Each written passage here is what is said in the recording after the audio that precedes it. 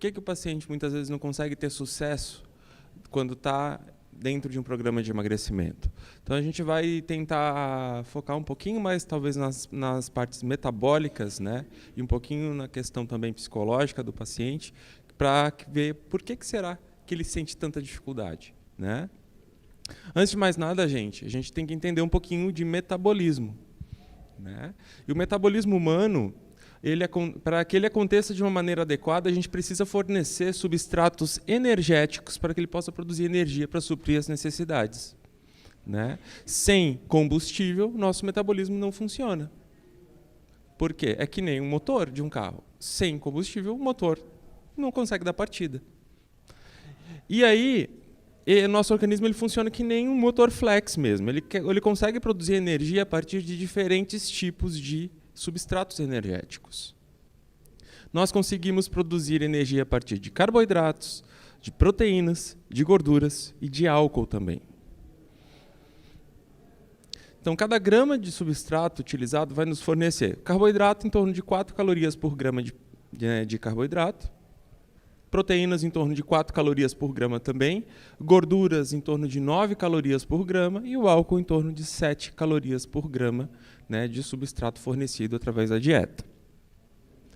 E aí, se a gente fizer uma análisezinha sobre os 4 possíveis tipos de combustível que o nosso organismo consegue utilizar, a gente fica ali entre o carboidrato, a gordura, a proteína e o álcool.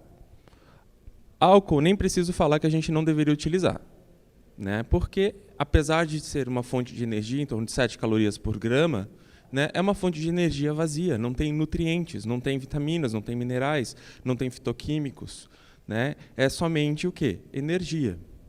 A famosa caloria vazia, né? Por isso, por exemplo, que eu sempre falo, por isso que morador de rua bebe, porque tira a fome.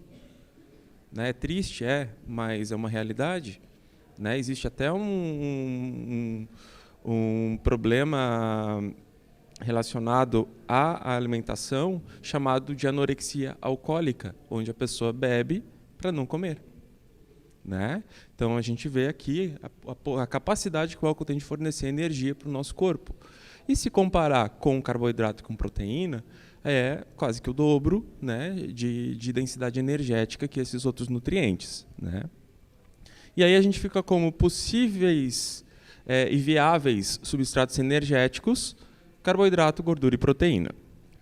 Vamos fazer de conta que aqui é o nosso tanque de combustível de carboidrato, o nosso tanque de combustível de gordura e o nosso tanque de combustível de proteína. Gente, quando é que a gente vai usar proteína? Alguém arrisca? No nosso metabolismo?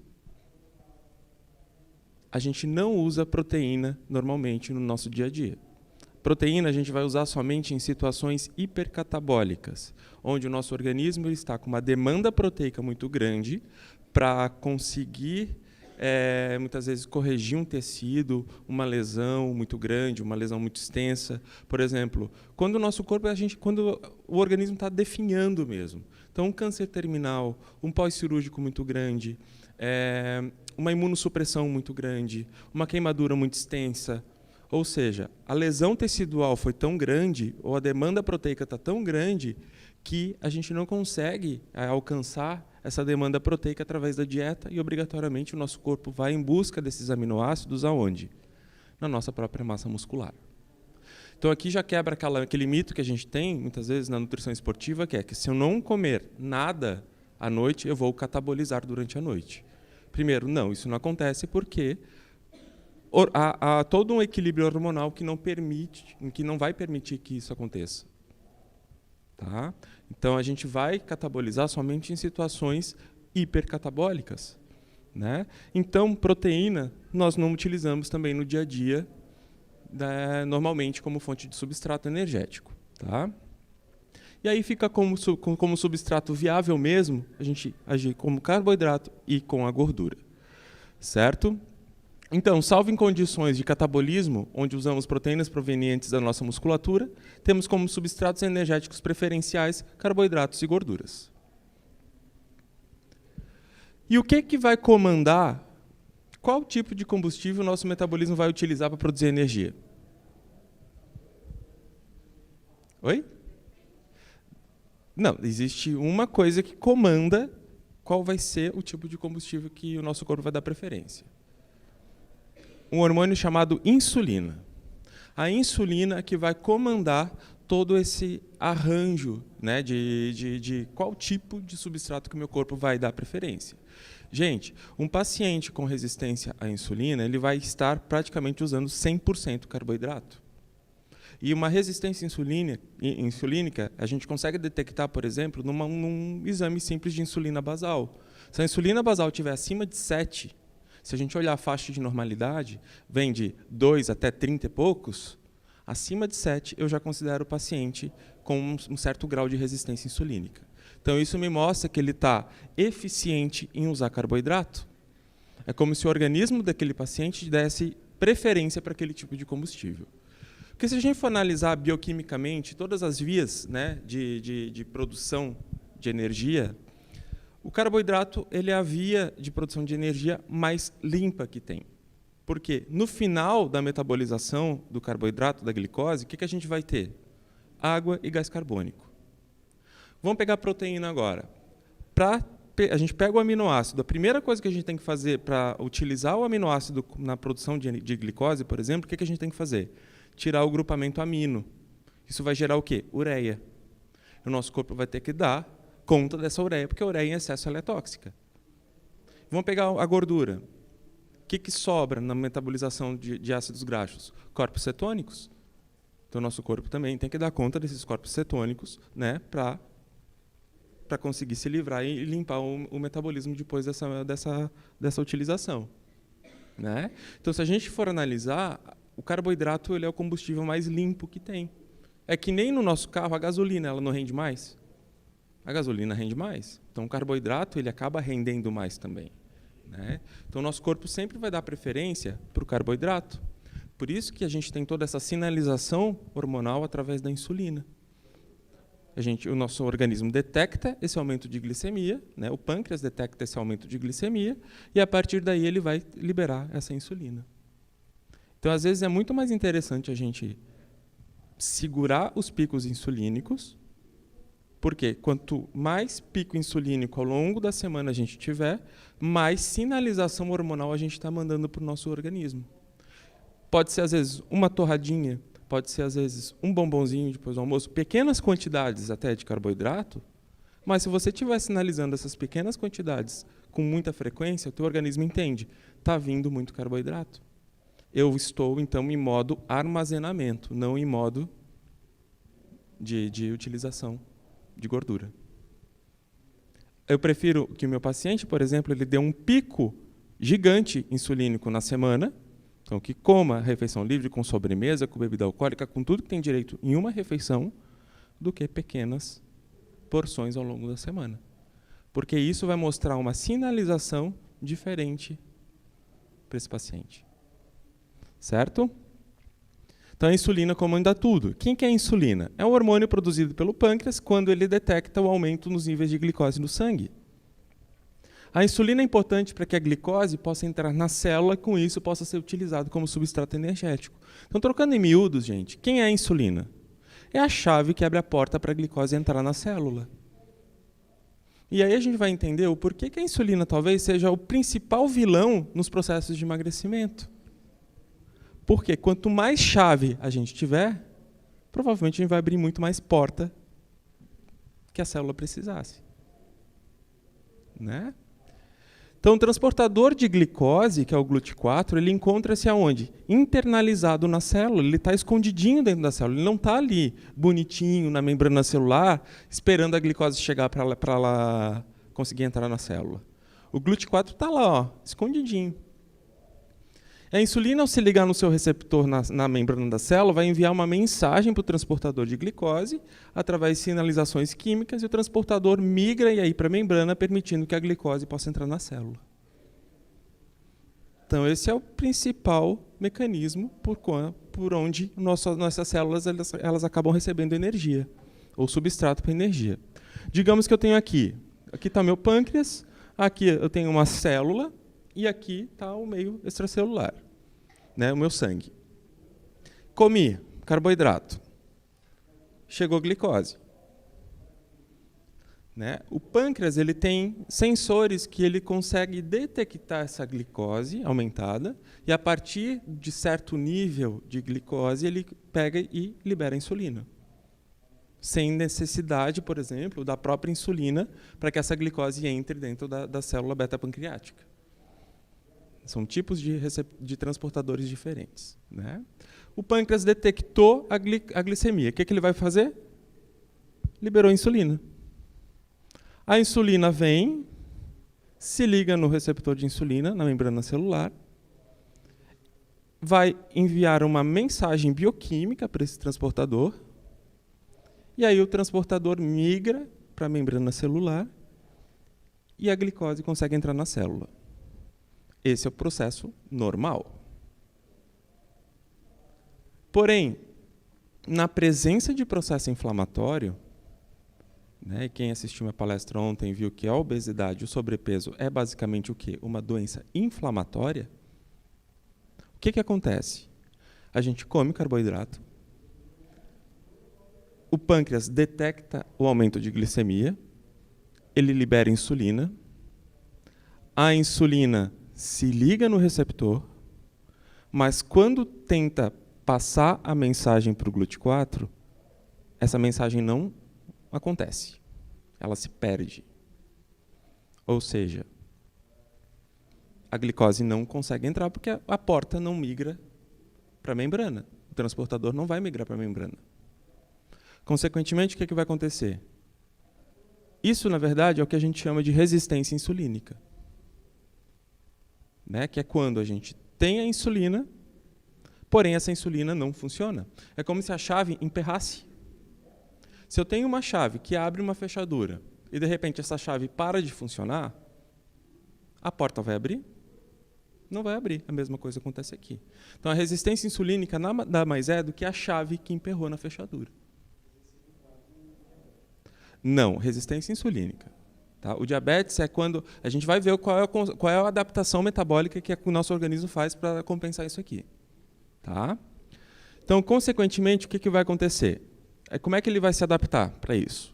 A gente come, o pâncreas produz a insulina insulina se liga no receptor, a mensagem não acontece. Consequentemente, o que vai acontecer? A glicemia vai continuar aumentando. O meu pâncreas vai detectar esse aumento de glicemia, desculpa.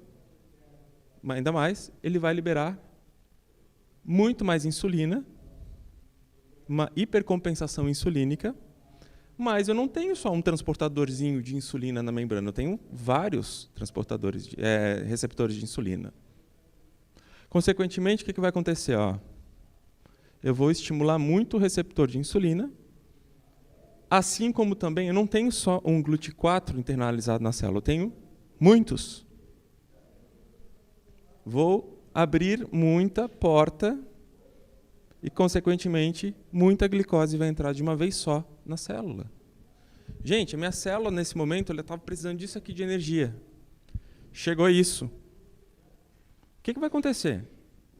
Ela vai usar o que precisa e o que sobrou vai jogar energia fora? Vai estocar na forma de gordura. Isso aqui é a resistência insulínica. Por isso que eu falo que uma insulina basal acima de 7, isso aqui já está acontecendo.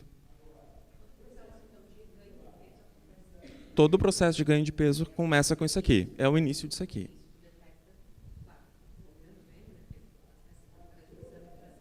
Exatamente. Através do exame eu já sei o que está acontecendo. Por isso que eu falo, eu não passo dieta sem ver exame bioquímico. Imprescindível fazer exame, exatamente. Somente o exame vai mostrar se a pessoa tem resistência insulínica ou não. Assim, não, às vezes não é só isso que está acontecendo. Às vezes tem um hipotireoidismo associado, às vezes tem uma fadiga adrenal. Exatamente. Tá? Aí, gente, o estrago já aconteceu. Né? Se o nosso glicogênio não estiver saturado, que é muito difícil hoje em dia, o que vai acontecer? Vou repor glicogênio. Porém, se o nosso glicogênio estiver saturado, o que vai acontecer?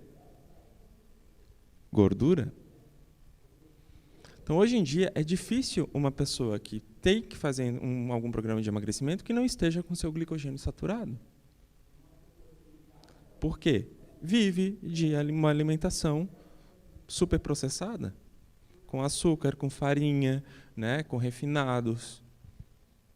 E se essa pessoa se tivesse pelo menos um consumo de uma dieta de baixo índice glicêmico, baixa carga glicêmica, talvez esse glicogênio não tivesse tão saturado assim. Porque numa dieta de baixo índice glicêmico e baixa carga glicêmica, a nossa célula precisa disso aqui de energia, entra isso. Precisa disso, entra isso. Então não sobra energia para ser armazenada na forma de gordura. Então eu falo, o principal vilão de um processo de emagrecimento, o que é? Insulina muito alta.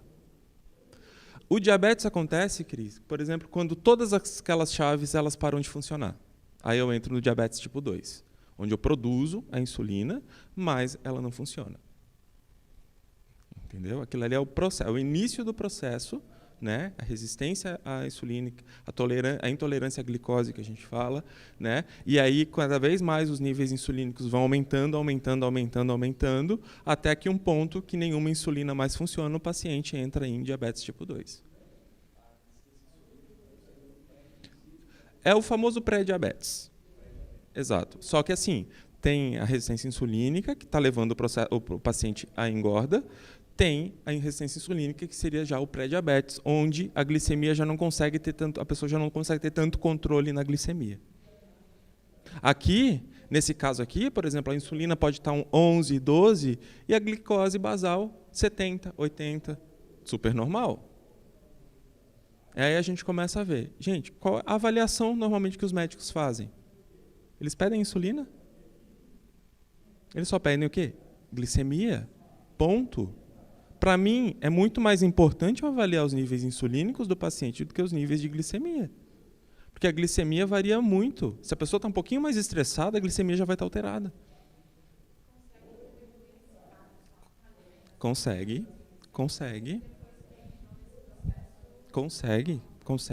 reverter sim. Tá?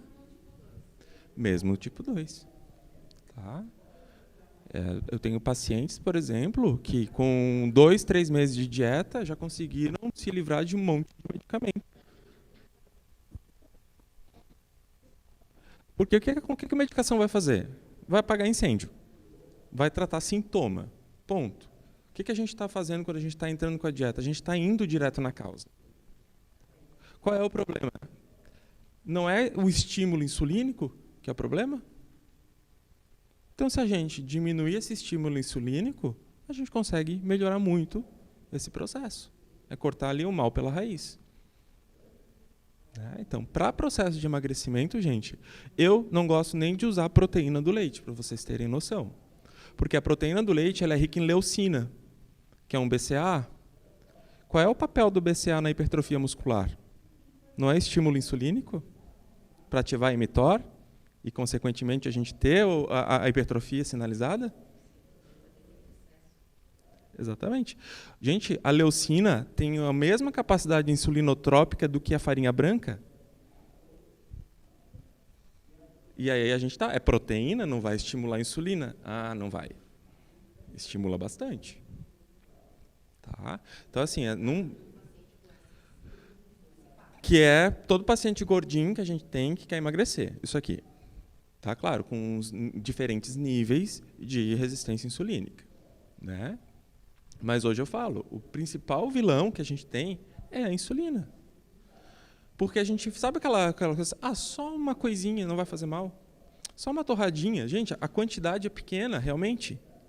Mas não estou preocupado com a quantidade de carboidrato ali. Estou preocupado com a sinalização hormonal que aquele carboidrato vai proporcionar para o meu paciente. Exatamente. Índice glicêmico, hoje em dia, já se fala que não quer dizer nada. Eu posso ter um alimento, por exemplo, com alto índice glicêmico, como a melancia, mas a melancia tem uma carga glicêmica baixíssima. Eu vou engordar o quê? Se eu comer uma melancia inteira? Agora, se eu comer uma fatiazinha, não vai nem fazer cócegas. Porque a quantidade de carboidrato presente ali não vai ser capaz de estimular tanta insulina dessa maneira. Então, assim, a gente ter aquela coisa, é ter o equilíbrio, pensar no equilíbrio da coisa. Nem ser muito restrito, nem ser muito abusar muito também, né? Então, vamos pensar com calma, vamos raciocinar primeiro qual é a melhor estratégia para aquele paciente, o que ele vai conseguir fazer também, né? Exatamente, né? A individualidade bioquímica que a gente fala, né, de cada um, né?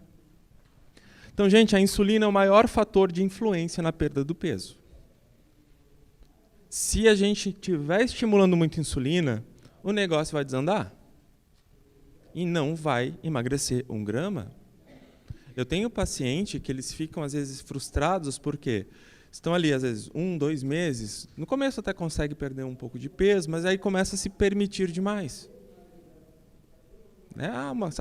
Um brigadeirinho, uma bolachinha, uma coisinha aqui, uma coisinha ali, tal. No final, normalmente no segundo mês de tratamento, já começa a dar aquela estagnada, entrou no platô. Será que entrou no platô mesmo? Primeira coisa que eu faço com esse paciente, vamos fazer um diário alimentar. Eu quero que você anote tudo que você comer fora da dieta. Não é para controlar, eu quero que tu consiga visualizar, muitas vezes, onde que está a fuga. Aí, 15 dias depois que eu peço o diário alimentar, eu costumo chamar, vem cá, vamos analisar. Tá vendo? Ó, pico insulínico, pico insulínico, pico insulínico. Aquele pico acontecendo quase que diariamente. Às vezes, de uma maneira que inconsciente. Às vezes é um açúcar no cafezinho que ele não percebeu que estava tomando.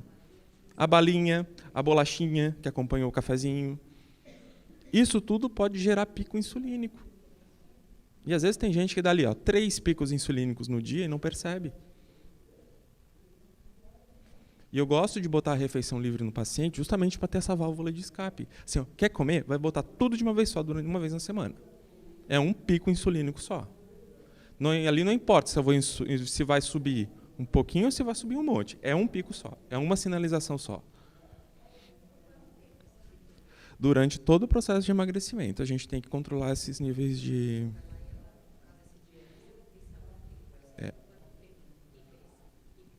Depende da quantidade também.